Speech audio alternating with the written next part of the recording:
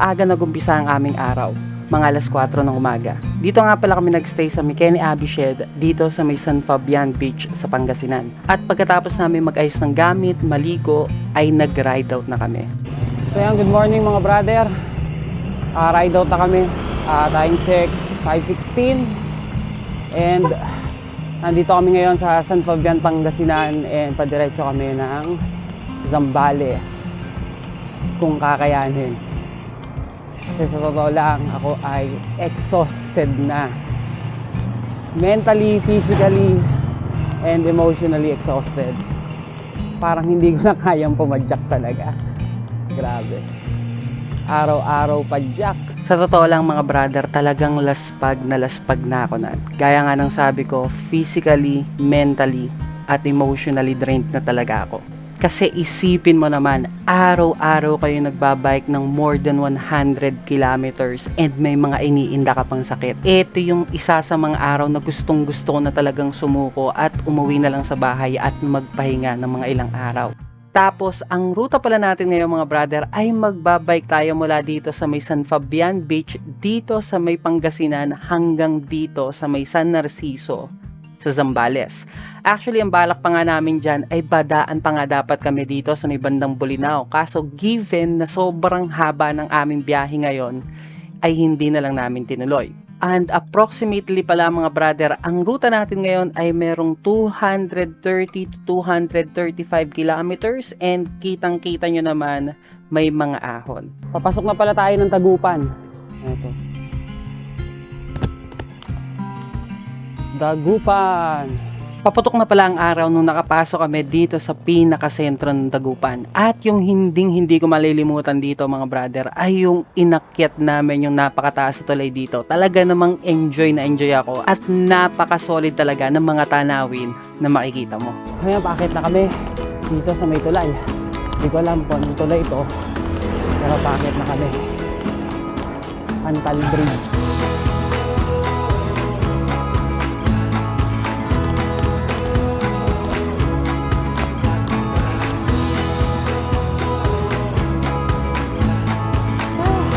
Na rin araw. At pagkalampas pala namin sa may tulay ay nakakita si Tatay Roda Blas ng 7-Eleven and then sabi niya dito na daw kami mag-agahan. Ang kinuha ko pala dito ay ang Jumbo Sisig at syempre hindi mawawala ang kape. Kain muna, kain. Tapos yung araw ay na pasikat na at bilog na bilog. At pagkatapos namin kumain dyan ay balik na tayo sa Padyakan and nakalabas na tayo dito sa bayan ng Dagupan. At pagpasok natin dito sa bayan ng Lingayen ay nagtanong si Tatay Roda Blas kung gusto ba daw namin na dumaan sa shoreline ng Lingayen. Abay syempre ang sagot natin ay oo.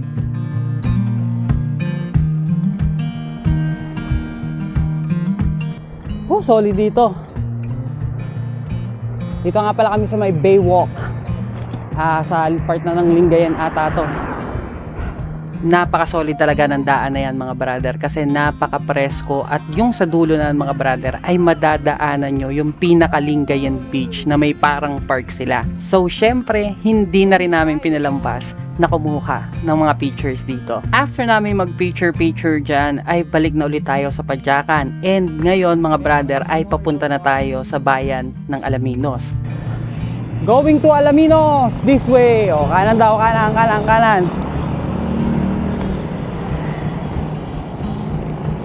Isa pala sa mga nagustuhan ko dito sa probinsya ng Pangasinan, lalo na dito sa mga dinadaanan namin, ay yung mga tulay. Kasi napakaganda talaga ng mga makikita mo at syempre nakikita mo rin ang dagat. Bago pala tayo makarating sa bayan ng Alaminos, ay dadaan muna tayo dito sa bayan ng Labrador, Pangasinan. Nandito tayo sa may Labrador, Pangasinan, going to Alaminos. Ayan. And kung makikita nyo sa harapan, may bundok na. Pag may bundok, ano ibig sabihin? May ahon. Whew! Kailangan paghandaan niyang ahon na yan.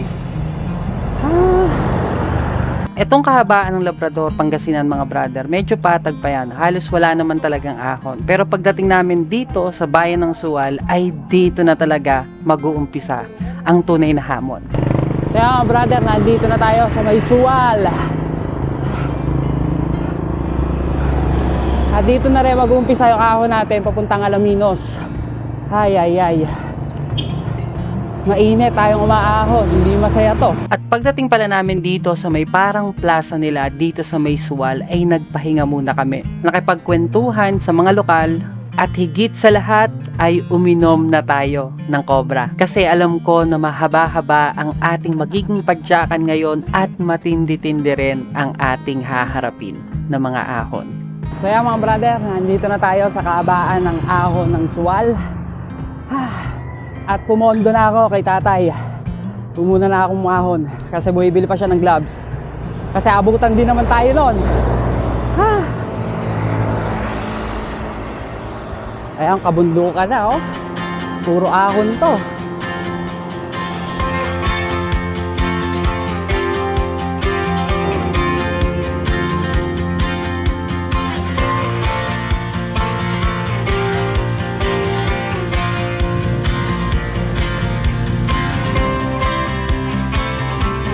Patapos na yata.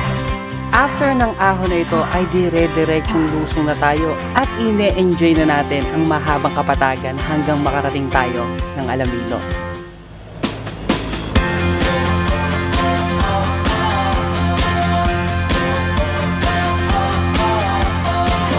10 kilometers, Alaminos.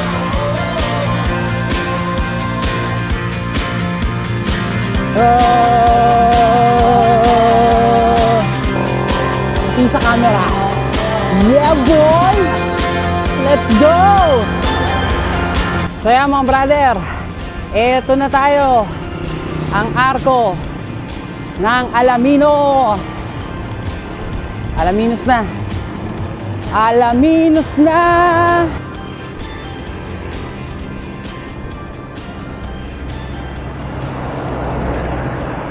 Alaminos! Pagdating pala namin dito sa bayan ng Alaminos ay instead na pumasok kami dun sa bayan nila ay dumaan na lang kami dito sa may bypass. At dahil mahaba-haba nga ang ating ruta ay tumigil muna kami para magpahinga at bumili ng saging para iwas pulikat sa daan. Tay, malaki ba ang naitutulong ng saging pag naglo-long ride? Malaki ang mo. Yan, kaya so ganda may baong saging no? Kainin ng hilaw, wag lutuin. Oh, yan. Dapat iwas pulikat. After namin magpahinga dyan at kumain ng saging ay bumalik na kami sa padyakan. At dahil nasa mahabang kapatagan tayo at nakakasabay tayo sa padyakan ngayong araw, ay nakipagkwentuhan na rin tayo kay Tatay Roda Blas at kay Kuya Ariel at para makilala nyo rin naman sila kung gaano sila kalakas. So yan, since mahaba ang kapatagan, interviewin natin si Tatay Roda Blas. Tay!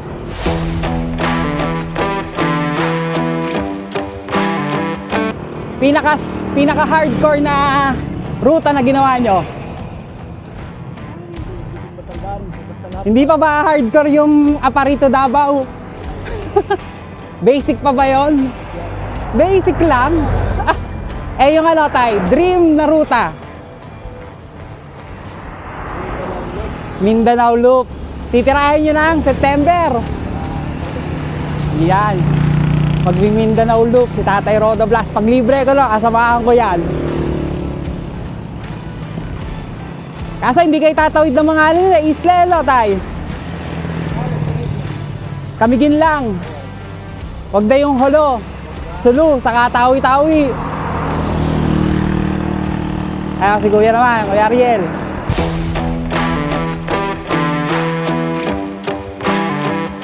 Kuya Ariel, pinaka-hardcore na ruta?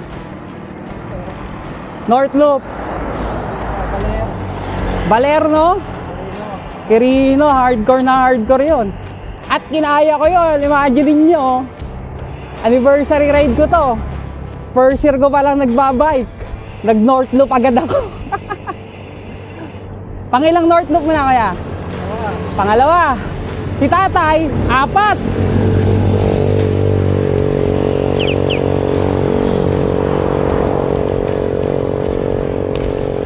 Tay, pangilang North Loop nyo na? 4 na to. Ito ang pinakamahirap, gawa ng ano natin, no, baler sa kakirino.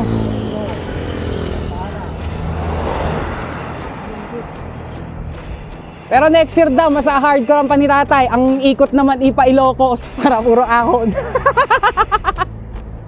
Grabe yung rutang yon.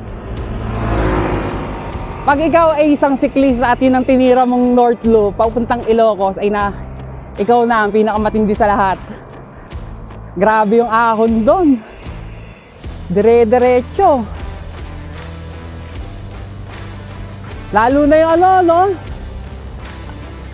Yung pa-boundary ng ano, sa Bella.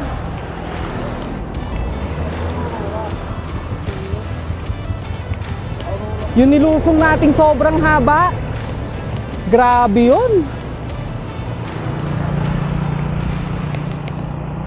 At after nating makipagkwentuhan at baybayin ang napakahabang kapatagan, ay syempre ine-enjoy na namin ang aming pagpadyak. At pagpasok namin dito sa bayan ng Mabini sa Pangasinan ay grabe, sobrang daming ahon. So yeah mga brother, papasok na tayo ng bayan ng Mabini sa Pangasinan. And kita nyo naman, maahon. Maahon siya, maahon. And mainit na ang araw. Feeling ko malalaspag na tayo dito. Eto na ang pagkalaspag ko. Mainit na.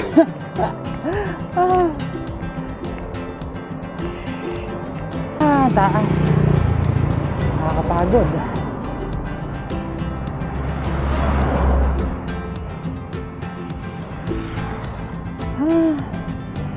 Nakakatama dumahon, pero buti na lang.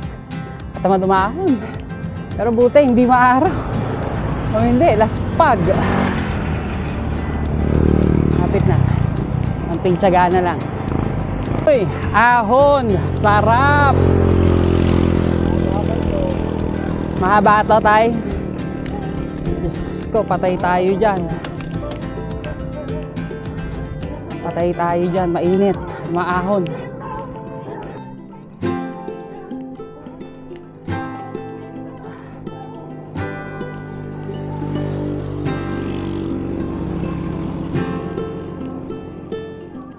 Grabe din talaga ang mga inahon namin sa part na yan. Hindi naman siya ganung dire-diretsyong ahon. May mga recovery din naman.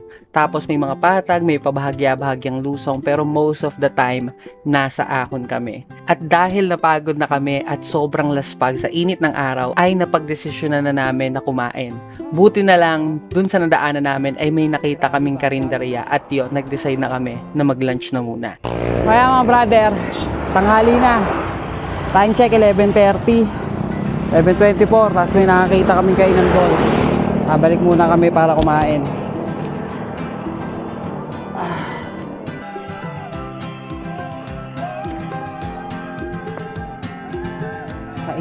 Kainan. Kanina nga umalis tayo doon sa resort. Sama na po, ng pakiramdam ko. Parang ayokong mag-bike. Sabihin ko rin sa inyo na, doon na muna ako. Makantok ako, no? And after nating kumain dyan at magpahinga, ay nakaramdam na talaga ako ng sobrang antok. So ayun, nagpaalam ako doon sa may-ari ng tindahan na kung pwede, gamitin ko yung isang part ng tindahan nila para tulugan. Kaya mga brother, natatapos lang namin kumain. Tapos nagpaalam ako kay ate, dito na ako matutulog. Magpa-power nap muna kami. Tapos aalis kami ng 12:30. Time check 11:45 na. So power nap muna tayo. Ito ang ating napili. So ayan, tamang higa muna ako at kahit papano ay naipahinga ko ang aking laspag na katawan. At after namin ditong makapagpahinga at makapag-power nap at makakuha ng konting lakas para sa ating katawan, ay bumalik na ulit kami sa padyakan. Ayan, ride out na ulit mga brother. At ahon sa harapan. Suungin na daw namin ang pero malilim naman ulit. Ay, grabe talaga. Walang kasawa-sawang ahon. Pero wala namang kaming magawa kundi suungin yan kasi hindi talaga kami makakarating sa aming paroroonan kung hindi namin susuungin ang bawat ahon na aming madadaanan. Whew! Grabe, maahon pa rin kami. Mahaba-haba at tuwirk na araw. Kuya, basic lang kay kuya eh. Oh. Samantalang kami, hirap na hirap. At habang nasa kalagitnaan kami ng mga ahon ay napansin ni tatay na kumakalog na naman ang kanyang bottom bracket. So ayan, tumigil muna kami para ayusin niya yung bottom bracket. Pag yan umalog ulit ay ibig sabihin nun, huwag mong masyadong bilisan. Antayin nyo kami. Kaya umaalog yung bibi, masyadong malakas yung mga padyakan nyo eh. So yan mga brother, na andito na tayo sa Municipality of Burgos. Yung ahon natin kanina ayun ay parte ng Burgos. Meron pa daw isa sa Masinloc at sobrang init. Sana kayanin natin. After naming daanan itong bayan ng Burgos ay padiretso naman tayo sa bayan ng Dasol. Dito nga pala ginagawa yung mga quality na asin sa ating bansa. Ayan, papasok na tayo mga brother sa Dasol, home of quality salt. Woo! At dahil nandito na rin naman tayo sa Dasol, ay syempre tinignan na rin namin kung paano ba gawin yung mga asin. At medyo nagulat din talaga ako kasi first time ko din talagang makakita kung paano gawin ang asin. Hindi pala siya yung tipo na sa dagat mo kinukuha tapos patutuyuin mo lang yung tubig. Para pala siyang palayan at doon nila pinoproseso ang tubig alat. Dito pala ginagawa yung mga asin mga brother. Eto. May makikita kayo dito. Ayan o, gawaan ng asin.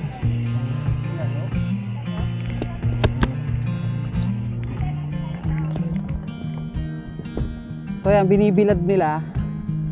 Ayan. Ganun. Kasi yung Dasol nga is home of quality salt.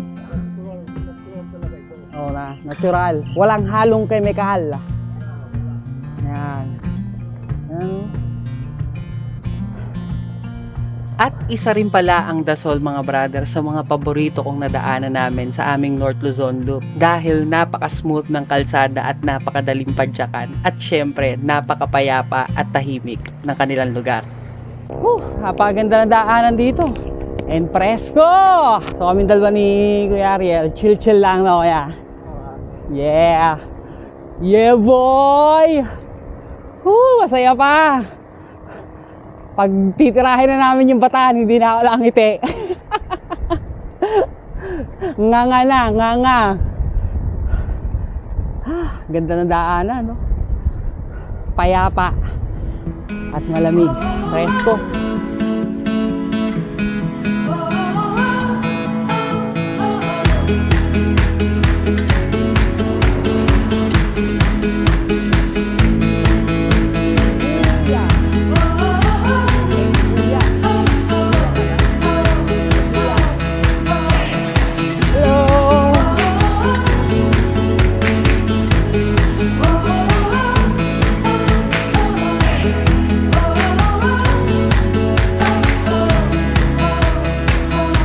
Grabe, napakapayapa ng lugar na to. Ang tahimik eh.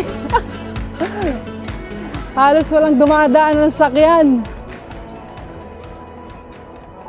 After natin sa bayan ng Dasol ay nakarating na tayo sa Infanta, Pangasinan. At ang Infanta ang huling bayan na dadaanan natin dito sa probinsya ng Pangasinan. And then after nito, nasa Zambales na tayo. So nandito na pala tayo sa Infanta.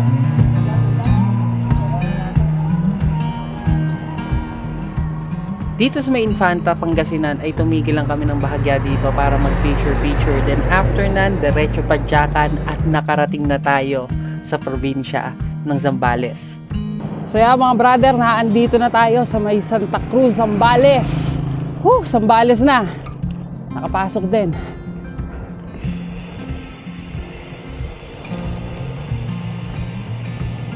Zambales na.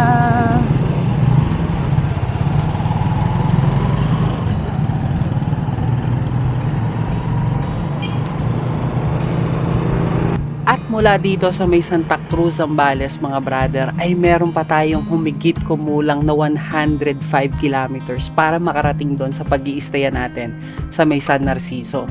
At dito mga brother, medyo laspag na talaga ako na, medyo tinitiis ko na nga lang kasi mahaba-haba pa yung aming babaybayan at meron pang mga ilan-ilan na ahon na kailangan tahakin. Sobrang antok na. Zambales na nga pala tayo, Santa Cruz, Zambales. Tapos 106 kilometers to go. Wala, kailangan talagang tiyagain. Dito sa kahabaan ng Santa Cruz, Zambales ay medyo patag pa dito at smooth na smooth yung daan. Kaya medyo nakakasabay pa tayo at hindi pa ganong nilalaspag ang ating katawan. At isa ang Zambales sa mga scenic route dito sa North Luzon Loop. Nung una pa nga ako nakadaan dito ay manghang-mangha ako sa mga kabundukan na nakapaligid dito. Ilog ng Zambales! Ganda ng view oh! Kita nyo ba? Grabe! Super solid nun! Ang kabundukan at ilog ng Zambales. Kaya mga brother, nandito tayo ngayon sa may Candelaria, Zambales. And parang uulan na doon sa may ano natin. Sa ating kaliwa, parang ulan na. Tapos harapan natin ay Diyos ko, ahon. At dito rin sa Zambales, mga brother, kada may madadaanan akong tulay dito ay talagang manghang-mangha ako dun sa ilog na nakikita ko kasi napakaganda at napakalinis niyang tignan.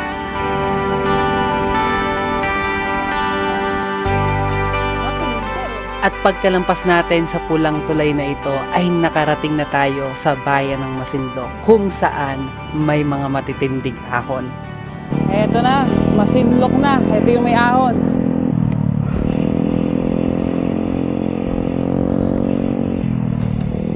Masinloc. Eto na mga brother, nasa exciting part na tayo. Ang ahon ng Masinloc. Pampatanggal antok na rin.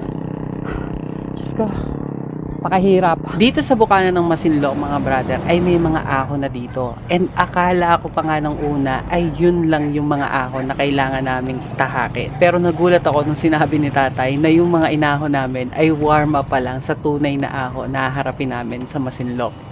So yun mga brother, dito pala sa Masinloc, yung mga inaahon natin kanina ay puro warm up na ahon lang daw. May mas matitindi pa sa bandang unahan. So kailangan daw mag-conserve tayo ng energy para may energy tayo sa matatarik na ahon. And palubog na rin ang araw. Gagabihin talaga tayo papuntang San Narciso. And aahon pa, pero okay lang na umahon kasi gabi naman. Hindi tayo masyadong mahihirapan sa init. At mula dito sa mga ahon ng Masinloc mga brother ay may 70 kilometers pa tayong tatahakin papunta ng San Narciso. So nag-check ako kanina kung gaano kahaba pa bago tayo makarating sa Nancer. San Narciso, Zambales ay 70 kilometers pa. So mahaba-haba pang padyakan to. At mahaba-haba pa din yung ahon. Ay grabe. Dapat lahat ng ahon nasa bandang harap eh. Hindi itong gantong padulo. And out of nowhere, bigla na lang akong tinanong ni Kuya Ariel kung ready na daw ba ako. So ibig sabihin nun, eto na yung mga tunay na ahon. So mga brother, tinanong na ako kung ready na daw ako. So feeling ko ito na yung start ng mga matitinding ahon sa Masinloc, Zambales. Ayan na nga, paahon nga. GG. So yan na yung mga ahon mga brother. Pagkaliko lang na pagkaliko natin doon, eto na. Ahon na, dire-diretso. Grabe naman. Sobra naman, dire-diretso.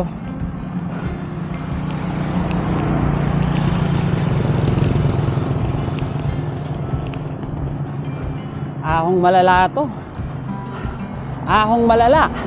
Grabe talaga ang mga ahon dito sa Masinloc, Zambales mga brother. Talagang dire-diretso at halos walang recovery at talagang lalaspagin ka. Paahon pa din. Ay Diyos ko.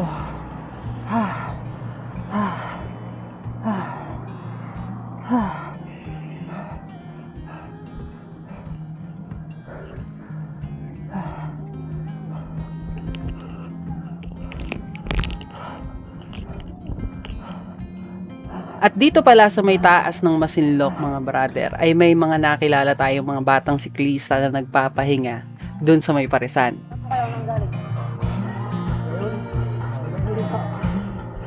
Nag-north loop kami. Mga brother, tapos na ang ating ahon sa Masinloc. Yun na yun. Di man lang tayo nahirapan. Joke. Charot. Ito mahabang lusong na, sabi ni Kuya Ariel. Medyo goods na tayo dito. Kasi puro lusong na. Oh, grabe, napakahaba ng lusong na to. Medyo nagpahinga sila sa taas. So tayo naman ay dumiretso sa baba para makapagpahinga na rin tayo. Dito na natin sila antayin sa baba.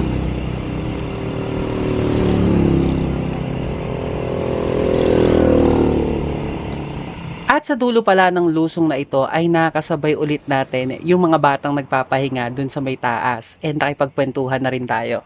Punta kami kami. So nagano kayo, nag-ensayo na kayo sa Masinloc. Tapos saan ang uwi nyo?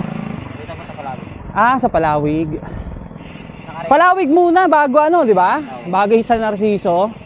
Search mo na lang yung ko, YouTube, Happy Bike Ventures. Happy Bike Ventures. Ito, mga siklista ng Palawig. Malalakas Oy, ride safe kayo mga brother ha. Ingat. Shoutout nga pala dun sa mga siklista na nakilala natin dito sa Palawig, Zambales, and ride safe sa inyo palagi. And then after natin makipagkwentuhan sa kanila ay dumiretso na tayo sa pagpadyak.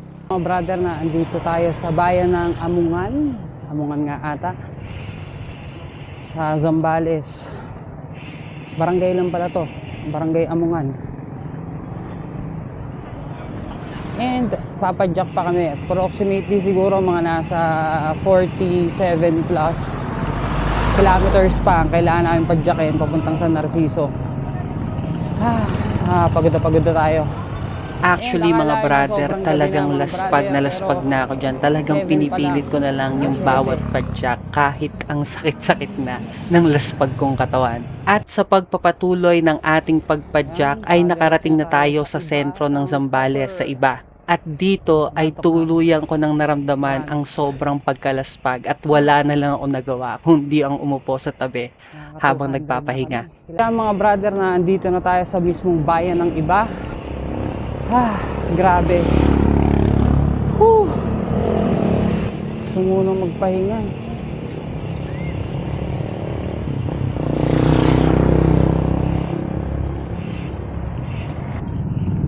Kaya mga brother, nagpapahinga kami dito sa bayan ng iba, sa Zambales. And sobrang bigat na ng Insa 360, so tatanggalin ko na. At pagdating na lang siguro dun sa San Narciso ako magbablog ulit. Hindi na kaya. Actually, hindi na ako nakapag-video dyan hanggang makarating kami sa San Narciso dahil gusto ko na lang talaga magpahinga. At nakarating kami doon mga alas 10 na ng gabi. Grabe talaga naging experience natin sa ating padyakan ngayong araw. Hindi naging madali ang ating ruta dahil sa pagpadyak natin ng mahigit kumulang 230 kilometro at sa mga ahon na sinuong natin sa may Masinloc. Talaga namang laspag na laspag ako sa araw na ito. Pero akalain mo yon, nakasurvive pa din naman ako. At sa kabila ng ating hirap at pagod ay sulit na sulit naman ang ating padyakan dahil madami rin tayong nakitang magagandang view. At sa pagpapatuloy ng ating North Luzon Loop ay sa wakas makakapagpahinga na tayo sa ating padyakan. Ano kaya yung mga gagawin namin sa araw ng aming pahinga? Makakapag-enjoy kaya kami o mas pipiliin na lang namin magstay sa bahay at matulog maghapon? Kaya stay tuned mga brother, itutuloy natin ang ating bike venture at pupuntahan na natin ang magagandang lugar sa probinsya ng Zambales.